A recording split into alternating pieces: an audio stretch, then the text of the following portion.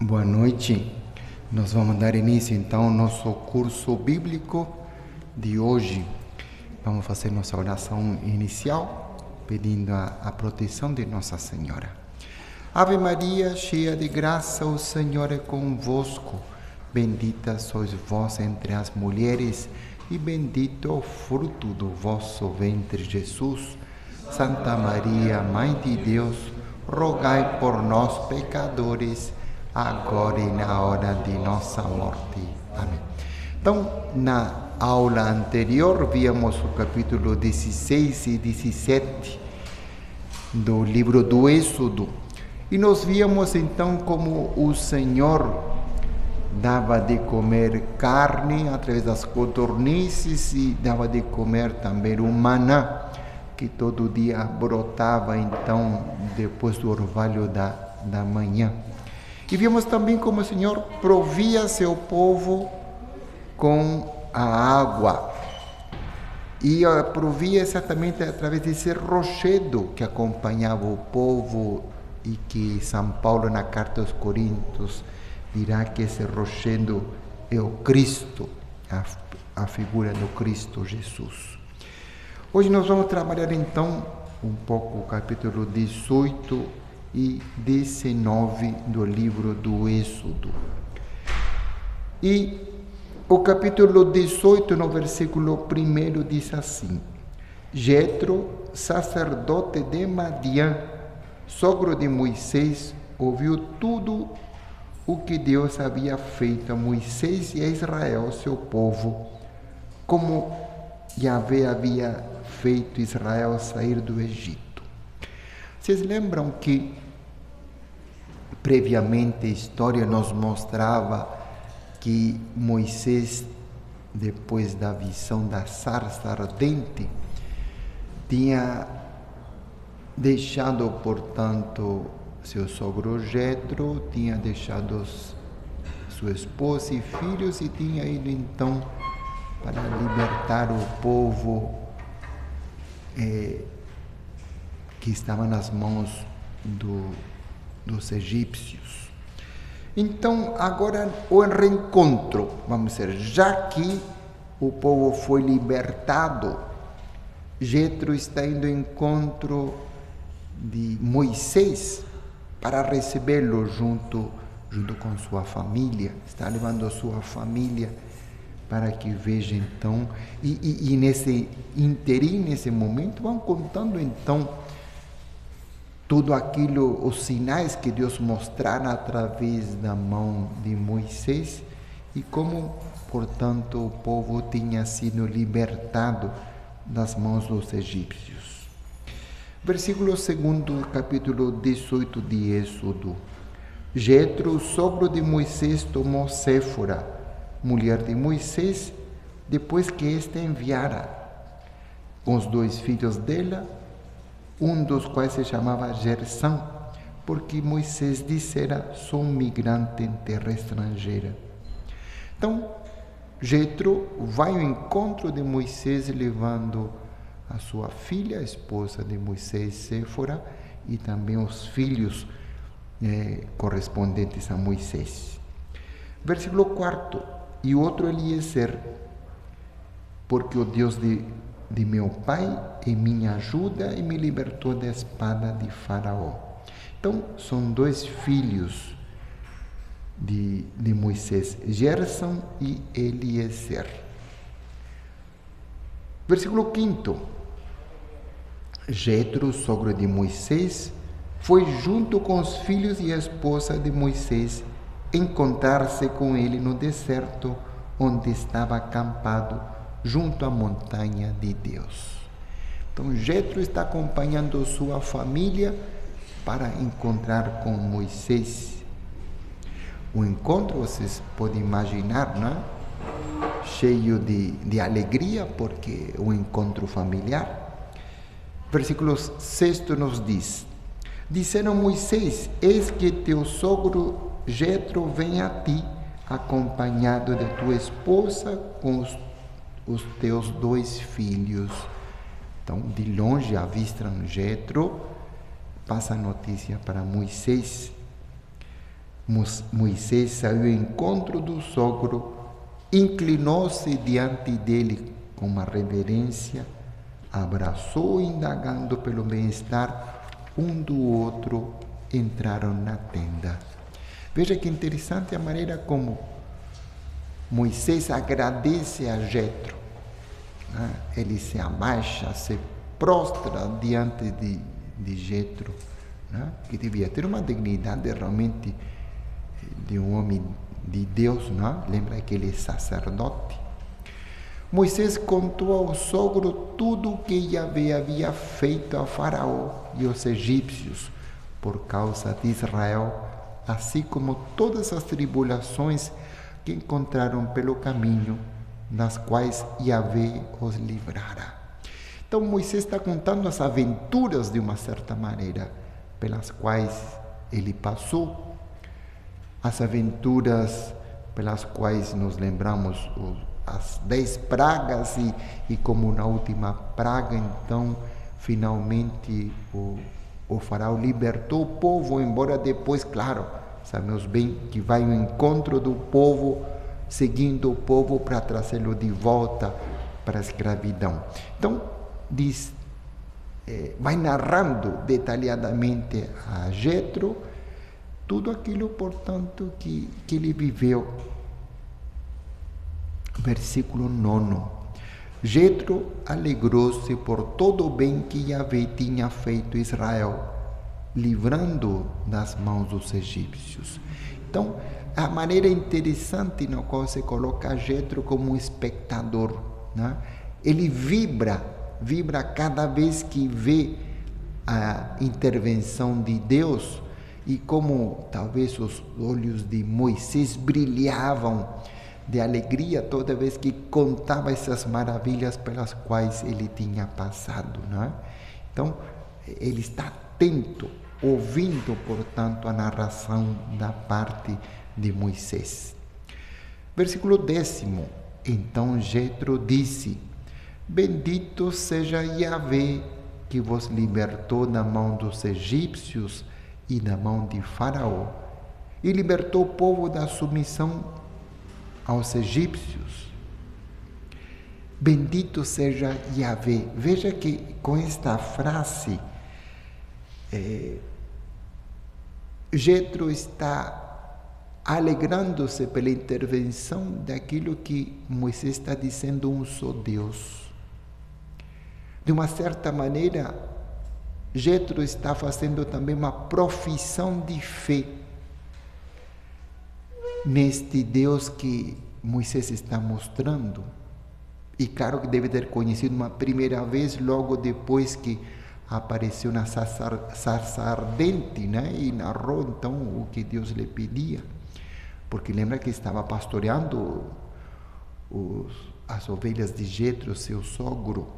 Portanto, agora é Jetro que faz exatamente uma profissão de fé naquele Deus que mostrou a sua intervenção, que age em favor de um povo, que vem ao encontro de um povo. Versículo 11. Agora sei que Yahvé é maior que todos os deuses.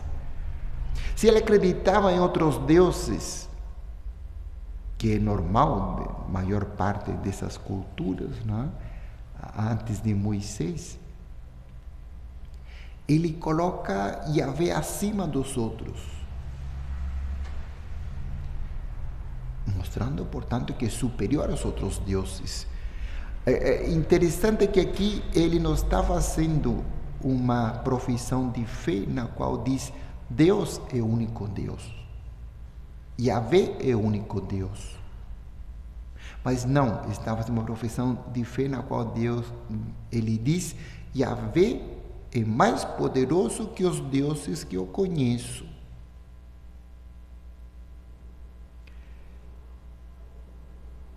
Versículo 12. Jetro, o sogro de Moisés, ofereceu a Deus um holocausto e sacrifícios. Nós dizíamos que ele era sacerdote também. E ele está exatamente exercendo sua função sacerdotal. Mas desta vez não é aos deuses que ele conhecia e que talvez está negando de uma certa maneira, mas está oferecendo aquele Deus que manifestou sua bondade para com Moisés e para com o povo de Israel. Ele oferece holocaustos para agradecer. Então são sacrifícios que está oferecendo para agradecer a intervenção de Deus, portanto do Deus verdadeiro. Vieram Arão e todos os anciãos de Israel para comerem pão com o sogro de Moisés diante de Deus. Participaram, portanto, deste culto, não? Deste holocausto. Lembra que o holocausto é o sacrifício no qual vai terminar, por exemplo, se tem sacrifícios de animais, além de sacrificar um animal, ele é queimado.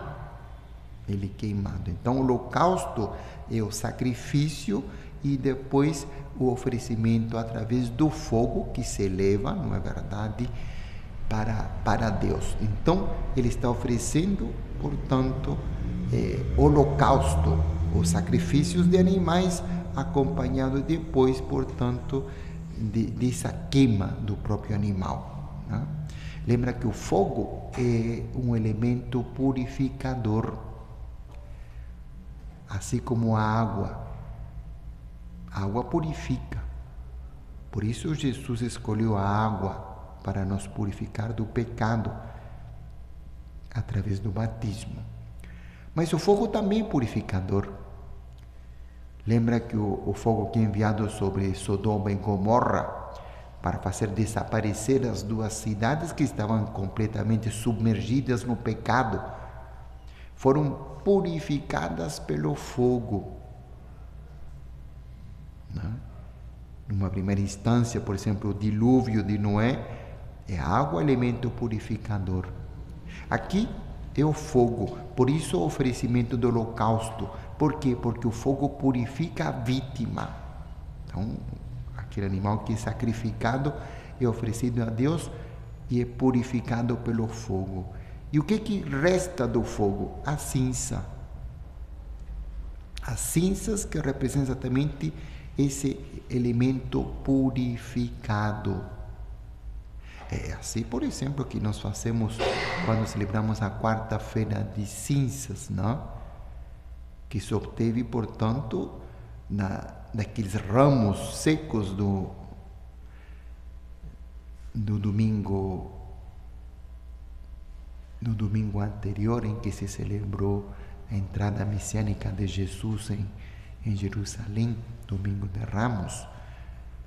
São queimados esses ramos e o que resulta desse holocausto, vamos dizer, dos ramos, é a cinza. E a cinza que é colocada na nossa fronte para lembrar o que somos. Lembra-te de onde viestes e para onde vais. Lembra-te que és pó e em pó te tornarás. Então, assim, portanto, a cinza representa essa purificação. Então, Jetro está oferecendo, portanto, um elemento, está oferecendo vítimas e que depois está queimando. Versículo 13, nós vamos verificar uma atitude muito interessante agora daqui para frente, na parte de Jetro, porque ele está lá para observar, e observa uma situação muito interessante e depois vai aconselhar Moisés daquilo que ele viu. Vamos ver? Versículo 13. No dia seguinte, assentou-se Moisés para julgar o povo. E o povo estava em pé diante de Moisés desde a manhã até o pôr do sol. Então, é claro, o povo está caminhando e aos poucos, além de levantar poeira, que é normal por causa da caminhada, vão aparecendo as querelas. os litígios, as dificuldades. E um vizinho disputando com outro por questões de terreno, onde ficam roubos, tantas pequenas coisas que podem acontecer, não é? Vamos dizer assim, Moisés está julgando agora as causas menores e maiores que se levantam no povo. E o povo, para ter a sua vez, está fazendo uma fila. Então, as pessoas que se sentem prejudicadas chamam as outras diante de Moisés, que vai agir como um juiz para dar o seu veredicto e dizer quem tem a razão e quem não. Ou seja, realizar, portanto, a justiça.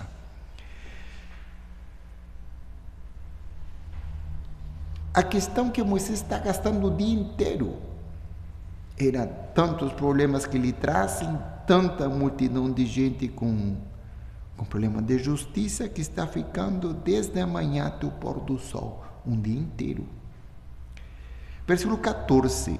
E o seu sogro, vendo tudo o que ele fazia com o povo, disse: que é isto que fazes com o povo?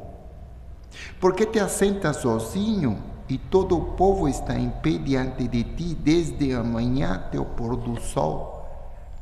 Está mostrando duas situações. Primeiro, o desgaste de Moisés, que está solucionando os problemas do povo um após o outro, né? Cansado de estar esgotado no final do dia, mas também do povo que espera a sua vez, o povo que está como na fila do banco, né? Que muitas vezes não avança e todo mundo se queixa, que o banco não serve e tudo mais, não é? Pois é, imagina a mesma coisa, o povo esperando sua vez, falando contra o juiz que demora e que a filha não avança. É isso que está dizendo Jetro, né? Você está sozinho julgando, quando o povo é numeroso. Versículo 15. Respondeu Moisés ao sogro. O sogro lhe mostrou, portanto, um problema que estava acontecendo. O cansaço por causa da aplicação como juiz da parte de Moisés, e o povo também, que é numeroso. Respondeu Moisés: é porque o povo vem a mim para consultar a Deus. Ele vem dizer o que Deus vê, o que Deus quer. Faça-nos justiça. Quando tem uma questão, vem a mim. Julgo entre um e o outro e lhes faço conhecer os decretos de Deus e as suas leis. Ele faz justiça. Então, o povo vem para mim para que eu faça justiça diante de uma situação de conflito. Versículo 17. O sogro de Moisés lhe disse: não é bom o que fazes. Não é que ele está criticando o fato de Moisés estar exercendo a justiça, mas está criticando o método pelo qual Moisés realiza a justiça. Versículo 18. Certamente desfalecerás tu e o povo que está contigo, porque a tarefa é muito pesada para ti. Não poderás realizá-la sozinho. Veja, se o homem é visionário. Ele tem uma visão exata do que vai acontecer. Moisés vai cair no estresse e o povo que nunca está satisfeito vai se rebelar contra Moisés. Então, o método que Moisés está aplicando, como? Lembra que 600 mil homens que tinham saído do Egito, então uma multidão enorme, isso sem contar mulheres e crianças. Então, claro, é muita gente e qualquer coisinha motivo de de briga. E é isso que está fazendo Moisés. O problema é que a carga é superior àquilo que ele pode suportar. É isso que está querendo mostrar Jetro. Versículo 19. Agora, pois, escuta o conselho que te darei para que Deus esteja contigo. Representa o povo diante de Deus e introduz as suas causas junto de Deus. Ensina-lhe os decretos e as leis, faz-lhes conhecer o caminho a seguir e as obras que devem fazer.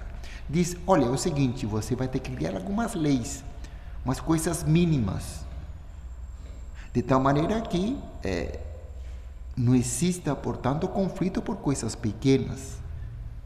Então, se você pedir emprestado alguma coisa, devolve. Se você pegou, devolve. E assim, pequenas leis, né? Então, dizia, então, para que tudo funcione, o povo tem que ter regras. Sem regras, sem lei, não há justiça. Por isso diz, ensina-lhe os decretos e as leis, o que é certo e o que é errado. O povo estava na escravidão. É um povo que mal sabe ler. O escravo não precisa de aprender a ler e escrever. Talvez só os mais letrados. Então, é claro que não vai conhecer muito em termos de justiça. Eles eram injustiçados quando estavam no Egito. Portanto, diz, dá-lhes a conhecer o caminho a seguir. Mostra-lhe a lei, o que é certo, o que é errado, o que devem fazer e o que não devem. Versículo 21. Mas escolhe do meio do povo homens capazes, tementes a Deus, seguros, incorruptíveis, e estabelece-os como chefes de 1000, chefes de 100, chefes de 50 e chefes de 10. Vamos criar uma liderança, diz Jetro, o sogro de Moisés. Uma liderança de tal maneira que esses líderes sejam também juízes. E para que sejam juízes, possam julgar no teu lugar, no teu nome, eles têm que ser homens incorruptíveis. Quer dizer, que realizem a justiça de maneira certa.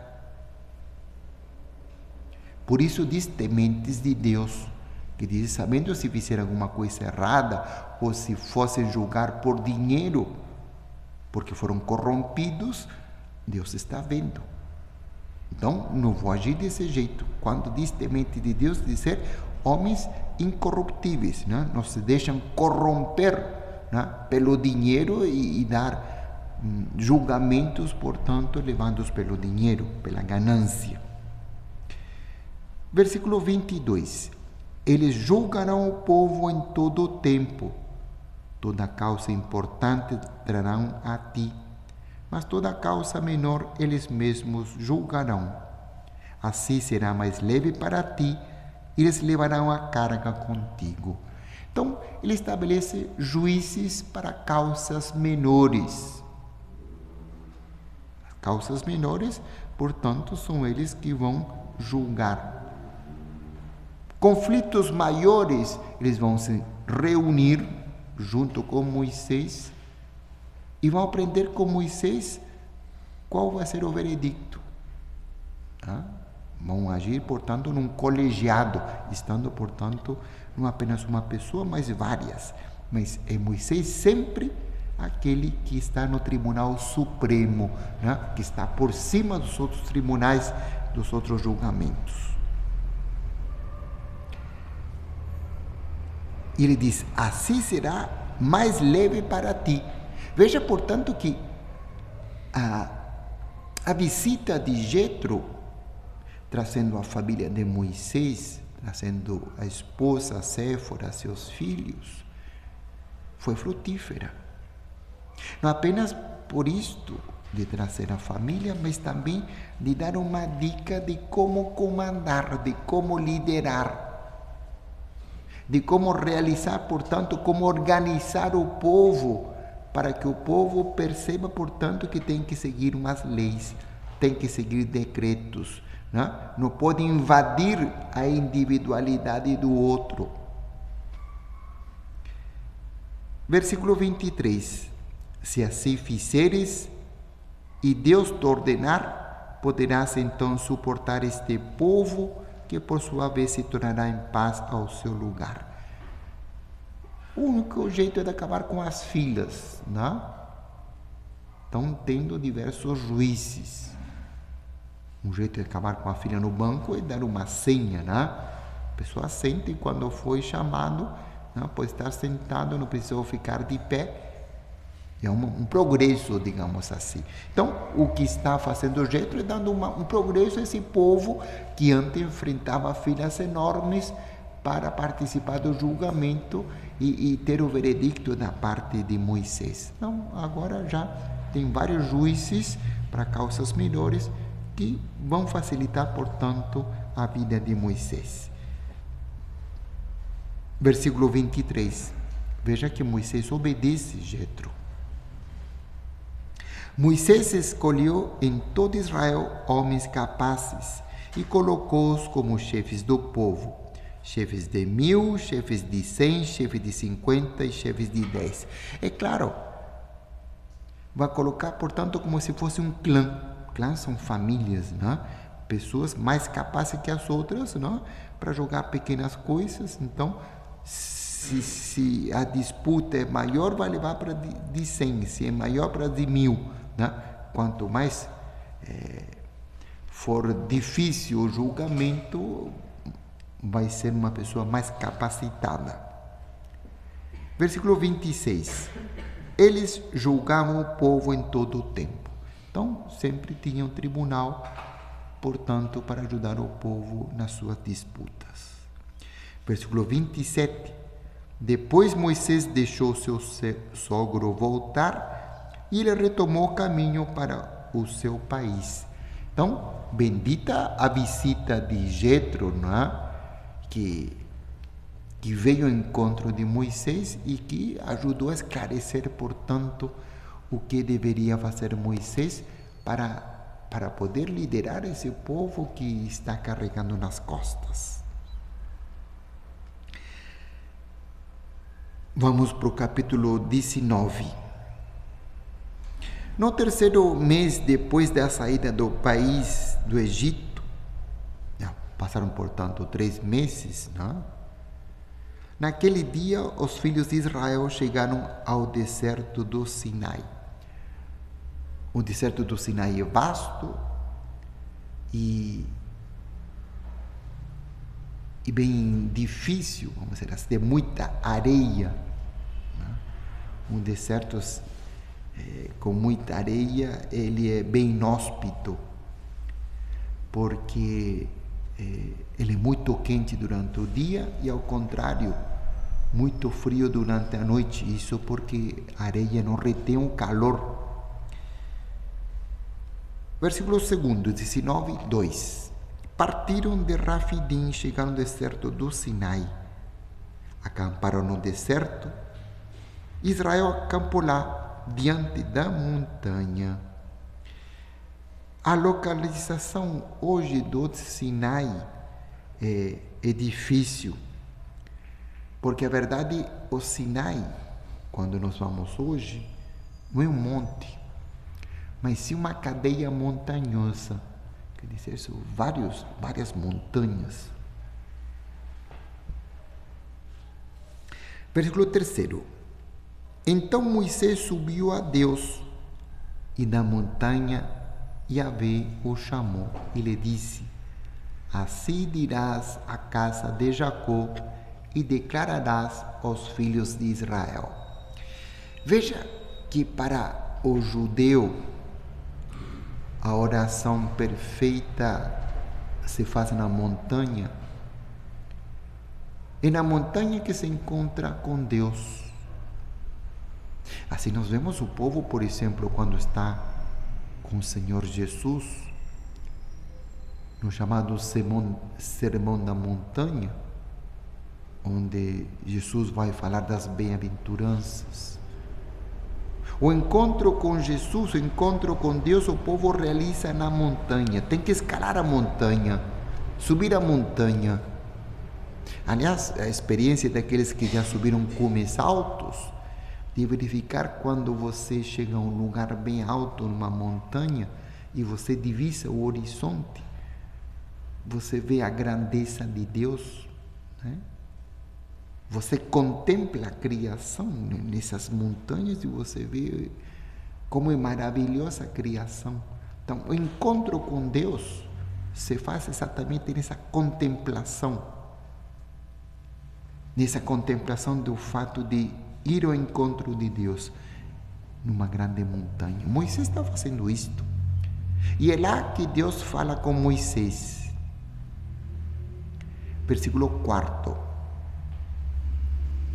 Vós mesmos vistes o que eu fiz aos egípcios, e como vos carreguei sobre asas de águia e vos trouxe a mim. A águia que carrega os seus filhotes, não? De um ninho para outro, com delicadeza, com carinho. É isso que está dizendo. Vós vistes os prodígios que fiz e como vos trouxe, portanto, a liberdade. Tudo aquilo que eu fiz por vós, está lembrando Deus através de Moisés. Versículo 5. Agora, se ouvirdes a minha voz e guardardes a minha aliança, sereis para mim uma propriedade peculiar entre todos os povos, porque toda a terra é minha. Deus diz guardar a minha aliança. Aliança que talvez o povo tinha esquecido durante a época da escravidão. Muitos deles tinham deixado de circuncidar os filhos, que vinha como aliança que Deus tinha estabelecido com Abraão. Tinham se misturado às religiões dos egípcios, tinham conhecido outros deuses. Então, não é que o povo esteja fiel ao Senhor, não? Nós vamos ver depois, ao contrário, quando Moisés desaparece, eles vão cair na infidelidade servindo ao becerro de ouro. Versículo 6. Vós sereis para mim um reino de sacerdotes e uma nação santa.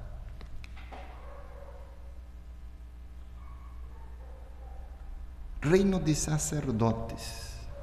Fazer de um povo reino de sacerdotes quer dizer que todo o mundo tem a capacidade de oferecer a Deus. O sacerdote é aquele que oferece sacrifícios. Todo o povo poderá oferecer a Deus seus sacrifícios. Tornar-vos uma nação santa. Estas são palavras que dirás aos filhos de Israel. Termina o Senhor falando. Versículo 7. Veio Moisés, chamou os anciãos do povo e expôs diante deles todas estas palavras que Yahvé lhe havia ordenado. Sempre o primeiro destinatário da mensagem de Yahvé, ou pode ser o povo, ou melhor ainda, antes do povo, fala dos anciãos. Os anciãos são as pessoas mais de idade, mais maduras do povo. E daí que vai nascer a palavra presbítero. Não? Presbítero significa os mais anciãos, as pessoas mais capacitadas, os mais sábios, vamos dizer assim, não? Que podem compreender o que Moisés está falando. Versículo 8. Então todo o povo respondeu: tudo o que Yahvé disse, nós o faremos. E Moisés relatou a Yahvé as palavras do povo. Veja que Moisés está fazendo a ponte. Ele recebe da parte de Deus uma mensagem, coloca a mensagem ao povo, recebe do povo uma mensagem e a leva a resposta para Deus. Está fazendo intermediário, portanto, como mensageiro entre Deus e o povo, né? Deus que fala, o povo que responde. versículo 9. Yahvé disse a Moisés: Eis que virei a ti na escuridão de uma nuvem, para que o povo ouça quando eu falar contigo e também creiam sempre em ti. Então, Deus está dizendo: vou me manifestar ao povo, mas vou me manifestar de maneira escondida, como na nuvem que protegia o povo andando à frente ou andando atrás. Isto para quê? Para que ouçam a minha voz e vejam que quem fala sou eu. Quer dizer que você está muitas vezes levando da minha parte a minha palavra, para que creiam em ti, portanto. Versículo 10. Yahvé disse a Moisés: vai ao povo e faça-o santificar-se hoje e amanhã. Lavem as suas vestes. Faz o povo santificar-se. Qual que seria essa santificação? Purificar-se. Purificar-se.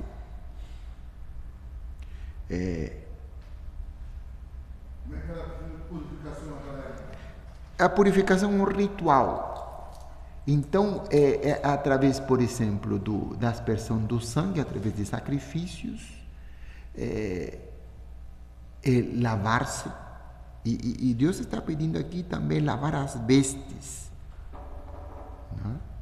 Lavar as vestes, quer dizer, é a primeira vez que Deus manda lavar as vestes, não? Já passaram 3 meses, não?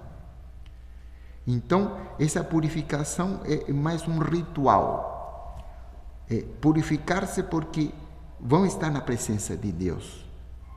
E para ir na presença de Deus, é como nós fazemos quando vamos na missa, não? Antigamente, pelo menos, as pessoas quando iam à missa tinham uma roupa mais bonita, não? Era roupa de domingo.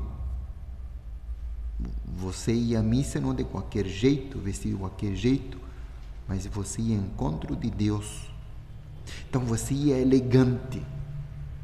Então tinha uma roupa para a missa, uma roupa de domingo, porque você vai encontrar com Deus. É isto que está acontecendo, a purificação, essa preparação para encontrar-se com Deus. E, portanto, limpos, também exteriormente. Né?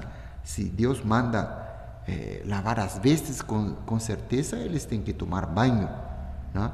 Não adianta nada colocar veste limpa e você totalmente sujo. Então, esse ritual também inclui, portanto, a purificação do próprio corpo, portanto, se lavar. Versículo 11. Estejam prontos depois de amanhã, porque depois de amanhã Yahvé descerá aos olhos de todo o povo sobre a montanha do Sinai. Então, amanhã vocês se purificam. Hoje e amanhã vocês se purificam. E depois de amanhã Deus vai aparecer. Versículo 12. E tu fixarás os limites da montanha e lhes dirás: guardai-vos de subir a montanha e não toqueis nos seus limites. Todo aquele que tocar na montanha será morto. Então, está querendo dizer o seguinte: olha, vocês vão poder chegar até essa borda aqui. Não? Talvez podem ter colocado pedras, não? Um muro de pedras, de tal maneira que o povo não ultrapassasse esse limite. Quem ultrapassasse iria morrer, diz Deus. Está desobedecendo. Versículo 13. Ninguém porá a mão sobre ela, será apedrejado ou flechado. Quer que seja homem, quer que seja animal, não viverá. Se passar um animal, um coelho no meio daquele, né, deve ser morto. Né? Joga pedras em cima dele, joga flechas, né, porque está invadindo uma área que não lhe corresponde. Quando soar o chifre de carneiro, então subirão a montanha. Então, vocês vão ter um limite, vocês vão estar nas tendas. Quando tocar o sinal, quando der o sinal, portanto, o toque de uma trombeta, vamos supor, né? Vão subir a montanha até o limite. E lembra que isso Deus está falando com Moisés. Versículo 14. Moisés desceu da montanha e foi encontrar-se com o povo. Ele o fez santificar-se e lavaram suas vestes. Então todo o povo tomou banho, todo o povo lavou suas vestes, todo mundo fez um ritual de purificação. Versículo 15. Depois disse ao povo: estai preparados para depois da manhã, e não vos chegueis à mulher. Então, é interessante que parte do ritual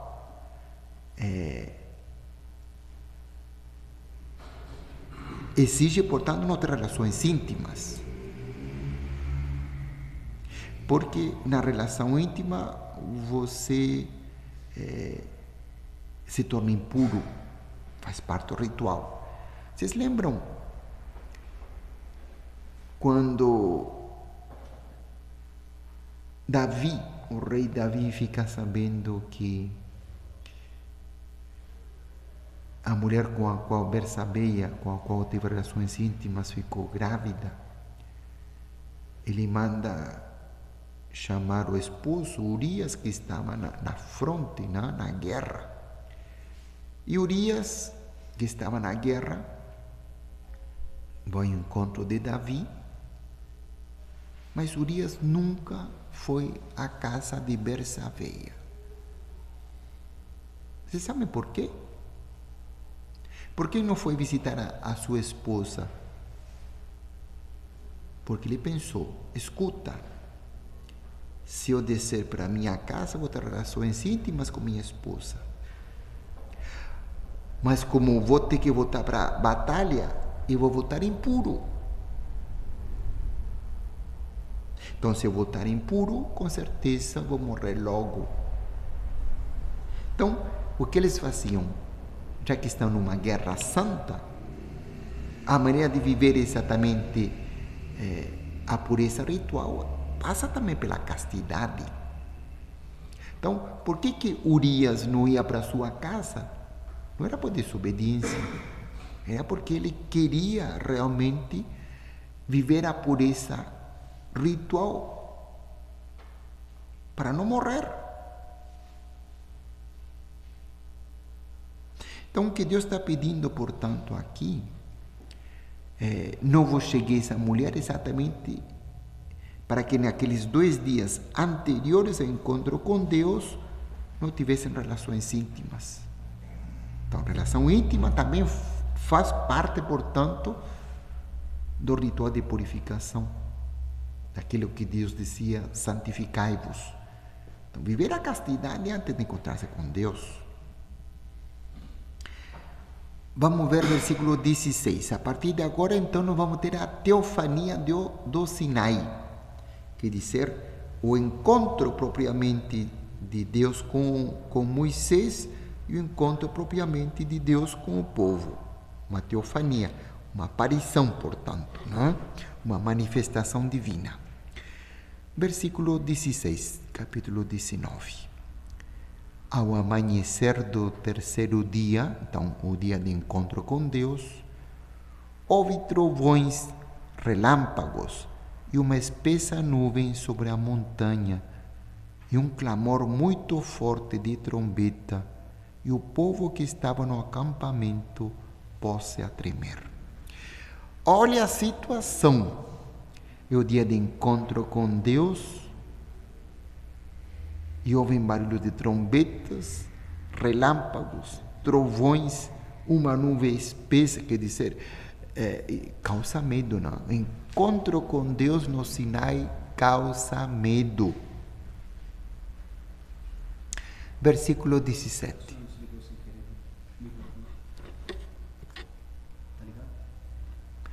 Versículo 17. Moisés fez o povo sair do acampamento ao encontro de Deus e puseram-se ao pé da montanha. Então, lembra que o povo tinha um limite. Ele sai do acampamento e vai até o limite designado por Deus, que ficava ao pé da montanha. Versículo 18. Toda a montanha do Sinai fumegava. Está em fogo, porque Yahvé desceu sobre ela no fogo. A sua fumaça subiu como a fumaça de uma fornalha, e toda a montanha tremia violentamente. É um espetáculo um pouco agradável de ver. A montanha pegando fogo, tremendo como se tivesse um terremoto, trovões, relâmpagos, gritaria, clamor, não fala aqui, quer dizer, um espetáculo difícil de acompanhar, de ver, não? Versículo 19. O som da trombeta ia aumentando pouco a pouco. Moisés falava e Deus lhe respondia no trovão. A voz de Deus é tão forte que se iguala a um trovão. Então, se todo esse espetáculo do povo aos pés da montanha o fazia tremer, quando Moisés respondia, ainda mais,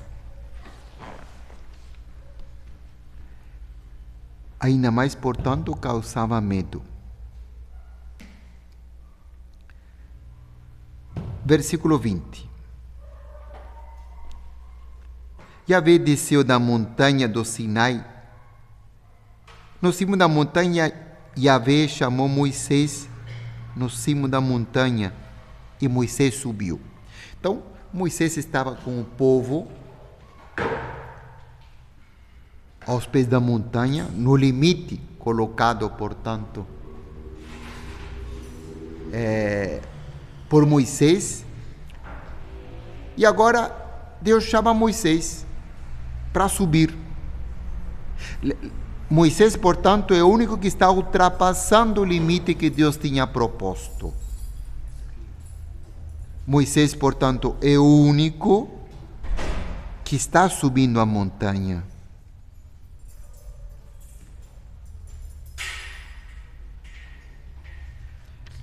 Versículo 21. Yahvé disse a Moisés: desce e adverte o povo que não ultrapasse os limites para vir ver Yahvé, para muitos deles não perecerem. Quando vem Moisés subir, eles também podem se sentir no direito de ir atrás de Moisés. E o Senhor disse: não, olha, não façam como ele, vocês não se aproximem. Quem tem o direito é Moisés. Versículo 22. Mesmo os sacerdotes que se aproximarem de Yahvé devem se santificar, para que Yahvé nos fira. Olha que interessante.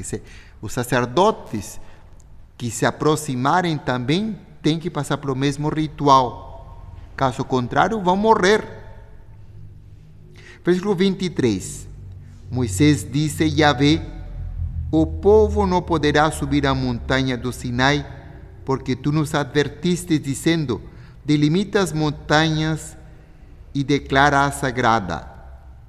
Yahvé respondeu: vai, desce, depois subirás tu e Arão contigo.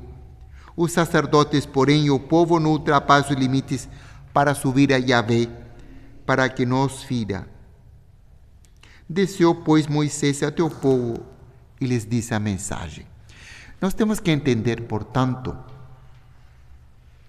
que agora nós temos Moisés, que foi ao encontro de Deus, e Deus disse: traz contigo Arão, mas o povo fique aos pés da montanha. O que está acontecendo é que Deus está protegendo o povo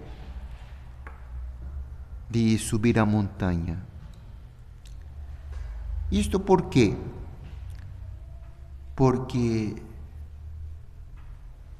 nós vamos ver mais para frente, quem vê a Deus, quem vê a glória de Deus, não pode suportar a presença de Deus. É como se nós levássemos, vamos pensar assim, tivesse uma nave espacial e nos aproximássemos, por exemplo, do Sol. E com essa nave espacial, quanto mais perto chegamos do Sol, mais chances tem a nave, portanto, de queimar, de se derreter por causa do fulgor do Sol. Isso que está dizendo Deus. Se o povo se aproximar da santidade de Deus, do fulgor de Deus, da glória de Deus, como essa nave que se aproxima do Sol vai queimar. Porque a glória de Deus é tão grande que a pessoa não pode suportar, o corpo não suporta a glória de Deus. Então, o que Deus está fazendo é protegendo o povo. Por isso está limitando o acesso à montanha. Mas se por um lado está limitando o acesso do povo, que já foi purificado, está permitindo o acesso, o passe livre, portanto, de Moisés e Arão. Então, nós vamos para a nossa aula por aqui, para a gente verificar como Deus está preparando até agora, portanto, o povo a receber as primeiras leis, primeiros decretos, que permitem, portanto, sua estabilidade, sua convivência social de uns com os outros, não é? Através de juízes. Agora o povo é trazido aos pés de Deus, aos pés da montanha, naquilo que será, portanto, a recepção da palavra de Deus. Então, na aula que vem, nós vamos ver o decálogo, ou também chamado os 10 mandamentos, as 10 palavras que Deus vai dirigir a Moisés e que Moisés deverá transmitir para o povo e que vão fazer parte dos chamados 10 mandamentos. Então, para todos vocês que acompanharam a aula de hoje, vamos pedir ao Senhor que nos abençoe na presença de Maria. Ave Maria, cheia de graça, o Senhor é convosco. Bendita sois vós entre as mulheres, bendito é o fruto do vosso ventre, Jesus. Santa Maria, Mãe de Deus, rogai por nós, pecadores, agora e na hora de nossa morte. Amém. São José, em nome do Pai, Filho e Espírito Santo. Amém.